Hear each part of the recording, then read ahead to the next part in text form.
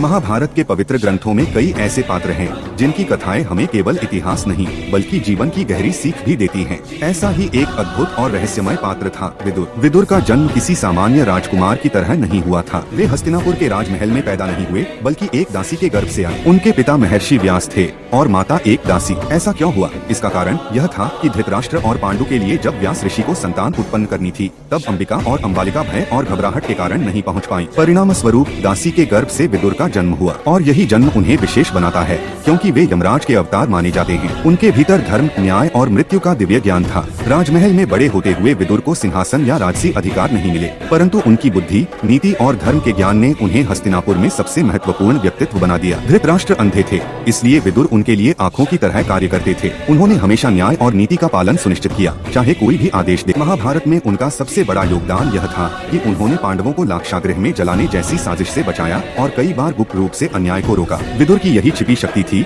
वे हमेशा धर्म की रक्षा में रहते थे, बिना किसी पद या शक्ति की लालसा के। विदुर केवल नीति ज्ञाता नहीं थे बल्कि भविष्य दृष्टा भी थे। यमराज के ज्ञान के कारण वे समय और नीतियों के परिणामों को जान सकते थे। उन्होंने महाभारत युद्ध से पहले ही पांडवों की विजय और कौरवों की हार का अनुमान लगाया। यही कारण था कि वे हमेशा छाया में रहकर कार्य करते, अपने ज्ञान और विवेक से राजा और परिवार को सही मार्ग दिखाते। विदुर का जीवन हमेशा निष्पक्षता और सत्य के लिए खड़ा रहा। कभी उन्होंने किसी के दबाव में आकर सत्य का त्याग नहीं किया। उनका यह गुण उनकी सबसे बड़ी शक्ति थी। श्री कृष्ण के साथ उनके गुप्त संवादों ने भी महाभारत के परिणामों को प्रभावित किया। केवल विदुर और कृष्ण ही जानते थे कि किस रणनीति से धर्म और न्याय की रक्षा होगी। विदुर ने युद्ध में कभी भाग नहीं लिया। उनका उद्देश्य केवल धर्म और न्याय का पालन करना था। वे हमेशा कोशिश करते रहे कि युद्ध को टाला जा सके, परंतु जब युद्ध निश्चित हुआ तब उन्होंने निष्पक्षता से हर परिस्थिति का सामना किया। युद्ध के बाद जब हस्तिनापुर बर्बाद हो गया, विदुर वन चले गए। वहाँ उन्होंने तपस्या की, भिक्षाटन किया और अंततः मोक्ष प्राप्त किया। उनका जीवन बताता है कि सत्य, धर्म और तपस्या ही अंतिम विजय है। विदुर का रहस्य यह था कि असली शक्ति सिंहासन, पद या शस्त्र में नहीं बल्कि ज्ञान, नीति, निष्पक्षता और धर्म में होती है। यही कारण है कि महाभारत में उन्हें सबसे बुद्धिमान, धर्मप्रिय और रहस्यमय पात्र माना गया। उनका जीवन आज भी हमें यह सिखाता है कि यदि हम अपने मार्गदर्शन के लिए धर्म और ज्ञान को अपनाएं तो कोई भी शक्ति या प्रतिष्ठा हमें प्रभावित नहीं कर सकती।